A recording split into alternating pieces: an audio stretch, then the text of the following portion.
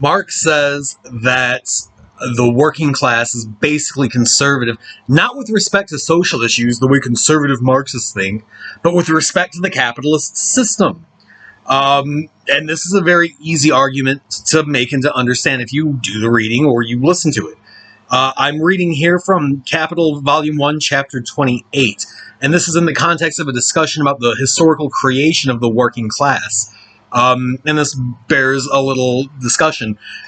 The working class hasn't always existed in its present form. Of course, there were peasants in the feudal era. But between the end of feudalism and the onset of capitalism as a developed system of commodity production, there was a brief period in the late early 1600s in which the working class was basically in formation. They were being driven off their lands through enclosure and through other state-induced methods. They were subject to the reign of commodity money, and Marx discusses that in Chapter 28 of Capital, Volume 1.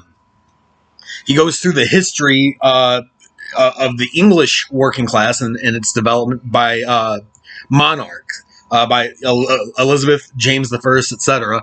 And then he comes to France. And then he goes on to discuss the modern working class. Here's what he says. It is not enough that the conditions of labor are concentrated in a mass in the shape of capital at one pole of society, while at the other are grouped masses of men who have nothing to sell but their labor power.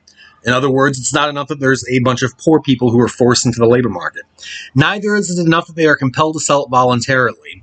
The advance of capitalist production develops a working class which by education, tradition, habit, looks upon the conditions of that mode of production as self-evident laws of nature. The organization of the capitalist process of production, once fully developed, breaks down all resistance. The constant generation of a relative surplus population keeps the law of supply and demand of labor, and therefore keeps wages in a rut that corresponds with the wants of capital. The dull compulsion of economic relations completes the subjection of the laborer to the capitalist. Direct force outside of economic conditions is of course still used, but only exceptionally. In the ordinary run of things, the laborer can be left to the natural laws of production, i.e. to his dependence on capital, a dependence springing from and guaranteed in perpetuity by the conditions of production themselves. It is otherwise during the historic genesis of capitalist production. The bourgeoisie, at its rise, wants and uses the power of the state to regulate wages, i.e. to force them within the limits suitable for surplus value making, to lengthen the working day, and to keep the laborer himself in the normal degree of dependence. This is an essential element of the so-called primitive accumulation. What this essentially means is that it's not enough, as Marx says, for there to be a working class that has to sell its labor power. This has existed for a very long time now. We're probably about 25 generations into capitalism.